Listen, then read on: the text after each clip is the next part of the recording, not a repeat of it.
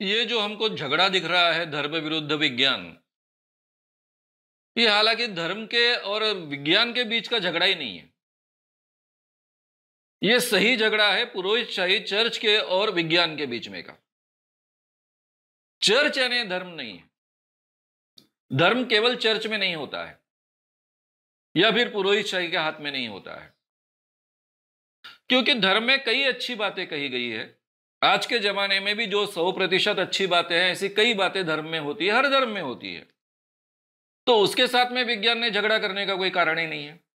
इसलिए ये झगड़ा जो है वो धर्म और विज्ञान के बीच का नहीं है। ये झगड़ा केवल पुरोहितशाही जो शब्द प्रामाण्य कायम रखना चाहती है उसके बीच का है। ये पुरोहितशाही शब्द प्रामाण्य क्यों कायम रखना चाहती है?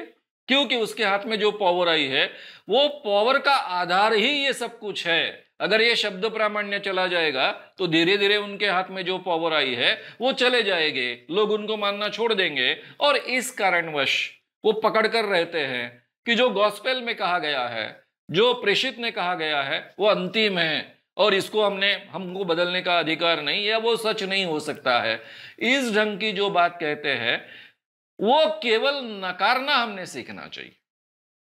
और हम सीखते आए हैं, केवल यूरोप ने ऐसा किया ऐसा नहीं है, पूरे दुनिया ने ऐसा किया है।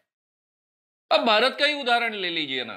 ठीक है कि हिंदू धर्म ये धर्म नहीं था, कल्चर थी, लेकिन इसके बावजूद भारत पर चातुर्वर्ण का, ये चातुर्वर्ण जो परंपरा है उसका बहुत प्रभाव था। नहीं, पूरा भारत का सामाजिक जीवन उसके कारण जकड़ गया था।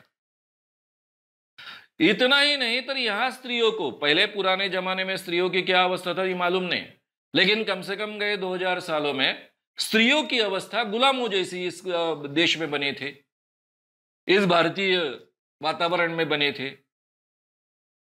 स्त्रियों को सीखने का अधिकार नहीं था, किसी प्रकार की स्वतंत्रता नहीं थी। स्त्री न स्वातंत्र्य मरहती कहा जाता था, यानी अगर वो बच्ची है तो उसके बाप की सुरक्षा में उसने रहना चाहिए, अगर वो जवान हो गई, उसकी शादी हो गई तो पति की सुरक्षा में उसको रहना चाहिए, अगर वो बूढ़ी हो गई तो अपने बेटे की सुरक्षा में उसने रहना चाहिए, ऐसा माना जाता था। इस अवस्था में भारत में ज्योतिबा फुले पुणे में ही उनकी पत्नी सावित्रीबाई फुले खुद सीखती है, स्त्रियों को सिखाने का प्रयास करती है। जब वो स्त्रियों को सिखाने का प्रयास करती है, उन दिनों की बात है, इसी पुणे शहर में वो जब स्कूल में जाते थे तो लोग उसको एक तरफ गालियां देते थे, उसको वेश्या कुल्टा कहते थे। इतना ही नहीं तो जाते वक्त उसके शरीर पर कचरा फेंकते थे। उसे हमेशा स्कूल में जाते वक्त 2 साड़ियां साथ में ले जानी पड़ती थी, एक उसके शरीर पर रहती थी और दूसरी उसके झोली में रहती थी। और स्कूल में जाने के बाद में झोली की साड़ी निकालकर वो पहनती थी और लड़कियों को पढ़ाती थी। अब ये कोई बहुत पुरानी बात नहीं है, 150 साल पहले की बात है। आज पूरे भारत में लड़कियां सीख रही हैं। आज हमारी ग्रैंड मदर सीखी हुई है, माताएं सीखी हुई है, बेटियां पढ़ रही है, वातावरण बदला। अब जिस धर्म में स्त्रियों के लिए शिक्षण अलाउ नहीं था, उसी भारत में बड़े पैमाने पर स्त्रियां सीख रही है, स्त्रियों को काफी स्वतंत्रता मिल रही है। तो कहने का मतलब ऐसा है कि लोग बदलते हैं, बदलना चाहते हैं, बदल को स्वीकारते हैं, केवल धीरे धीरे ये बातें उनके जीवन में आती है, उनको कन्विंस करना पड़ता है। उस दिशा में काफी लोग जब चलते हैं तो आम आदमी भी उनके साथ में चलना शुरू करता है। इस ढंग से ये बदलाव होते हैं। तो ये बदलाव के लिए कोई धर्म रोक नहीं लगाता, ये रोक लगाने का काम पुरोहितशाही करती है। और पुरोहितशाही ये शब्द प्रामाण्य कायम रखने का अट्टहास करती है, इसलिए ये सब कुछ होता है। और इसलिए ये झगड़ा केवल पुरोहितशाही चर्च विरुद्ध विज्ञान ऐसा झगड़ा है। और इसलिए पुरोहितशाही का ये शब्द प्रामाण्य नकारना हमने शुरू करना चाहिए।